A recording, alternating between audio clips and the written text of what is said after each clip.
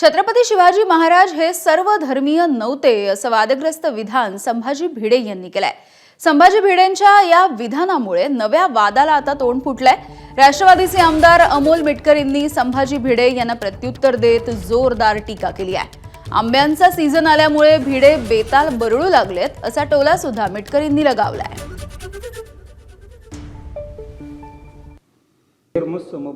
नव्हते आम्ही चिकटवलंय हिंदूवादी आणि हिंदू धर्म हा मग हिंदू धर्माच्या रक्षणासाठीच होते, पण इतिहासाचा अभ्यास कमी आणि शिवाजी महाराज ह्या अलौकिक व्यक्तीचा उपयोग राजकारणासाठी करून घेण्याची हाव असलेले प्राध्यापक काय, व्याख्याते काय, शिक्षक काय, सगळे भाडोत्री।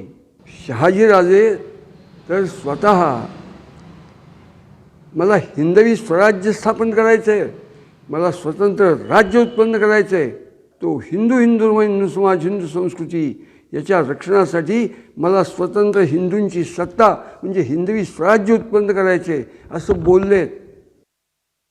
असं आहे, सध्या उन्हाळा लागला आहे आणि आंब्यांचा सीझन सुरू झालेला आहे, त्यामुळं असे नासक्या विचाराची लोक काहीतरी बरळत असतात। मराठा बहुजन समाजाच्या मुलांना वेठीस धरून तुम्ही तुमचं पाप लपवण्याचा प्रयत्न करताय आणि त्यांना जास्त महत्त्व देऊ नका।